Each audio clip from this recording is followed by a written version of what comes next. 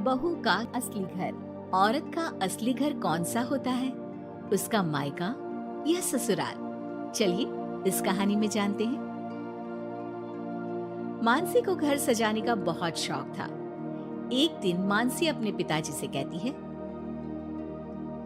पापा, कल आते वक्त सड़क के किनारे लगे रंगीन गमले लेते आना। छत में छोटा सा गार्डन बनाऊंगी। अरे 2 महीने बाद तेरी शादी है, ससुराल जाकर ही सजाना, वही तेरा असली घर होगा। और फिर मानसी की शादी नारंग से हो जाती है। नारंग का घर होता तो है बहुत बड़ा, लेकिन पुराने तरीके का। फिर एक दिन, माँ जी देखिए, मैंने ड्राइंग रूम सजाया है। ये नया बड़ा टीवी और सोफे कैसे लग रहे हैं माँ जी? अरे ये सब नहीं चलेगा। यहाँ मेहमान आते हैं तो आराम से खटिया में बैठेंगे, सोफे में कहाँ पीठ सीधी करेंगे। और रंगीन टीवी का रिवाज हमारे घर में अभी नहीं आया है, समझी? सास मानसी को लगभग फटकार से लगाकर वहां से चली जाती है। वो सास से माफी मांगकर कमरे को फिर से पुराने जैसा ही सजा देती है। एक दिन किचन में मानसी सब्जी बना रही होती है कि तभी उसका पति वहां जाता है। अरे ये क्या कहते हैं इस सब्जी को? परवल जी, हमारे मायके में तो खूब बनती है। आज मन था खाने का तो सबके लिए बना दिया। अरे खाने का मन हो तो अपने घर पर जाकर खाओ ना। अब मानसी समझ जाती है कि पिता ने उसका दिल रखने के लिए ये कहा होगा कि ससुराल ही उसका असली घर है, जबकि उसका असली घर तो उसका मायका ही है।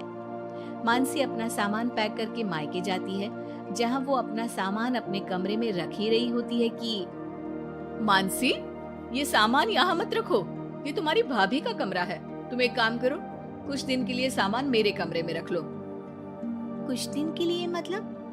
अगर मुझे हमेशा रहना पड़ा तो माँ? अरे शुभ शुभ बोलो बेटी, हमेशा क्यों मायके में रहेगी? बेटी का असली घर तो उसका ससुराल ही होता है। मानसी को माँ की बात समझ में नहीं आती कि आखिर कौन सा घर उसका है। वो इसी उधेड़-बुन में अपने कमरे में जाती है जो शादी से पहले उसका हुआ करता था। अलमारी खुलती है कि तभी पीछे से उसकी भाभी उसे टोक देती है। अरे दीदी, ये क्या? कुछ चाहिए था क्या? मुझे बोल देती। नहीं नहीं, मैं तो बस वैसे ही अपनी अलमारी में देख रही थी, लेकिन यहाँ तो मेरा कोई भी सामान नहीं है। दीदी, अब ये अलमारी मेरी है। आपकी शादी के बाद कमरा और अलमारी दोनों ही मेरे हैं। अगर आपको यहाँ आना है मेरे कमरे में या अलमारी से कुछ चाहिए तो आप मेरी इजाजत ले लीजिएगा। मानसी को भाभी की बात बहुत बुरी लगती है। वो सीधे माँ के पास जाती है। माँ, वो तो मेरा कमरा था। हाँ बेटा था, लेकिन अब तो तेरी अलमारी तेरे ससुराल में है ना। हाँ, लेकिन वहाँ तो मैं अपने अनुसार कुछ भी नहीं कर सकती। हर बात पर सास से पूछना पड़ता है, उनके कहे अनुसार ही घर पर रहना पड़ता है। और अब यहाँ भी तुमसे और माँ से पूछना पड़ता है, तो फिर मेरा घर कौन सा है माँ? तभी वहाँ मानसी की भाभी आ जाती है और वो बहुत ही समझदार महिला होती है। अरे ये तो बहुत सरल है मानसी, तुम ससुराल जाओ और कुछ महीनों तक मेरे कहे अनुसार चलो। इस सवाल का जवाब तुम्हें खुद ही मिल जाएगा। भाभी उसके कान में कुछ बातें कहती हैं, जिसे सुनकर मानसी अपने ससुराल चली जाती है। अरे आज सुबह सुबह काम वाली के लिए दरवाजा किसने खोला?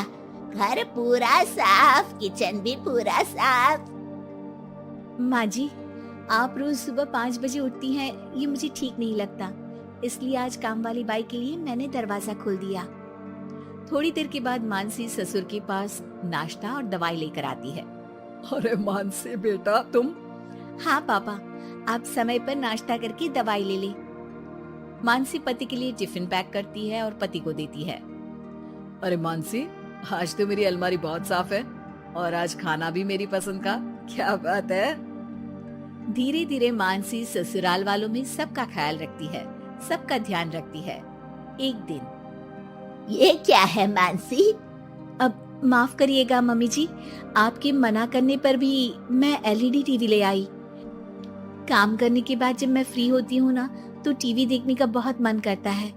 ब्लैक एंड व्हाइट टीवी में मुझे समझ में नहीं आता, इसलिए अपने कमरे के लिए कलर टीवी मंगवाया था।